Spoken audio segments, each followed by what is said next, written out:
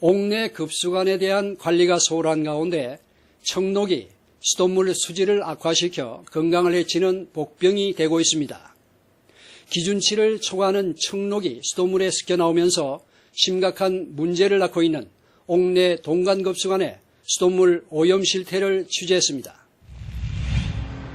지은 지 23년 된 서울의 한 아파트. 동간을 옥내 급수관으로 사용하고 있습니다.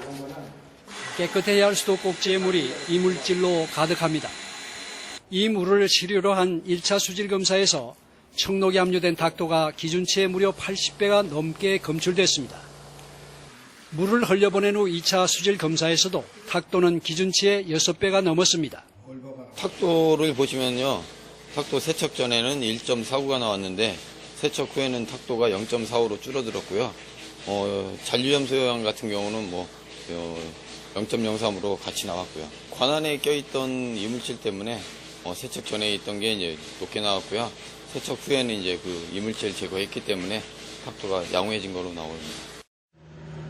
배관 속에 내시경을 밀어넣자 동간 내부가 청록이 심하게 끼어 있습니다.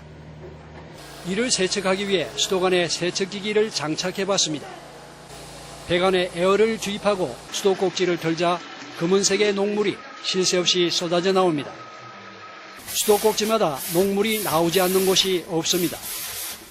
다른 아파트의 사정도 마찬가지입니다. 수도관에서 쏟아져 나오는 청록을 본 주부는 놀란 기색이 역력합니다. 너무 지저분하고 좀 저런 물을 설거지도 하고 쌀도 씻어서 밥도 해 먹었다 생각하니 좀 찜찜하고 세수하고 그런 거 보면 애들 양치도 한 거 생각하면은 조금 무책임한 엄마 같다는 생각이 좀 들었어요. 환경부는 이런 청록의 피해를 방지한다며 지난 2012년 동간 재질의 구리 함량 기준을 리터당 0.1mg으로 강화하는 뒷북 행정에 그치고 말았습니다. 문제는 인체 치명타를 안길 수 있는 청록이 동간을 재질로 한 급수관에 함유돼 다량으로 검출되는 데 있습니다. 실제로 공인기관의 검사에서도 구리 함량은 매우 높은 것으로 드러났습니다. KC 인증 중에서 그 동간 같은 경우에는 심한 경우에 217배가 나온 케이스도 지금 갖고 있습니다. 이 정도의 수질이라면 생활용수 사용에 부적합한 물입니다. 더 큰 문제는 청록의 인체 유해성 여부입니다. 수도수에 있는 염소하고 동이 반응을 해가지고 그 염기성 탄산구리라고 하는 제2동이 형성된 겁니다.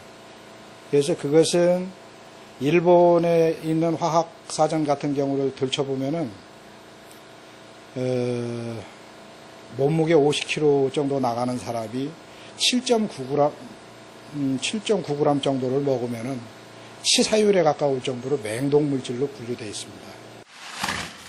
이처럼 동간에 청록이 다량 함유되어 있는 것은 아파트 등 공동주택의 안전 기준에 맞지 않는 높은 함량의 동간이 아무런 규제도 받지 않은 채 막무가내로 설치됐기 때문입니다.